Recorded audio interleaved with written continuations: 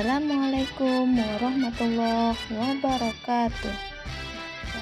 Saya Sri Hartinti, guru SDN 17 Bantan, PGP Angkatan 9 Kabupaten Bengkalis, Provinsi Riau.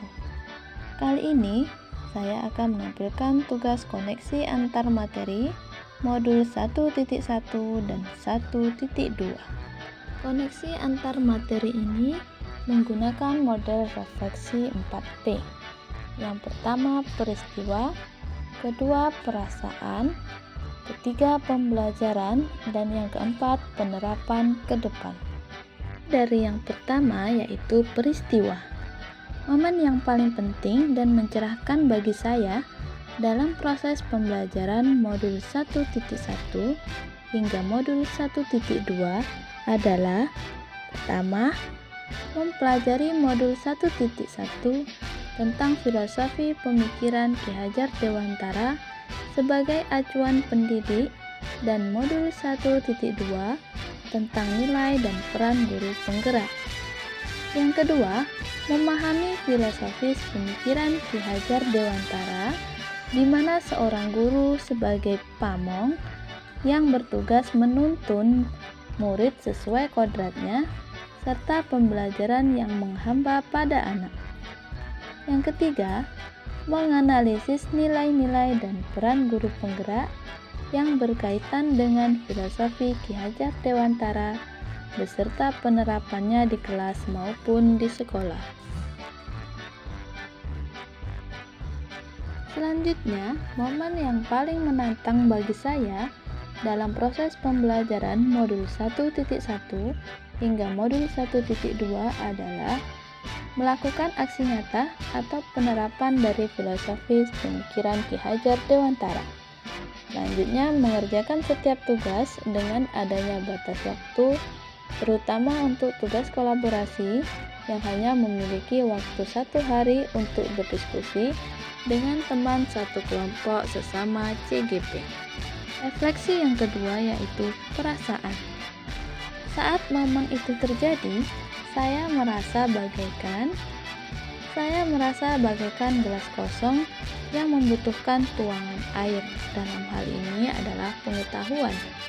Saya merasa bahwa pengetahuan saya masih terlalu dangkal. Untuk itu, saya harus terus belajar. Salah satunya dengan pendidikan PGP ini. Saya sangat bersyukur karena telah diberikan kesempatan untuk menjadi bagian dari serangkaian program pendidikan bermutu ini. Saya akan bersungguh-sungguh untuk mempelajari dan mengimplementasikannya di sekolah maupun di dunia pendidikan pada umumnya. Refleksi yang ketiga yaitu pembelajaran.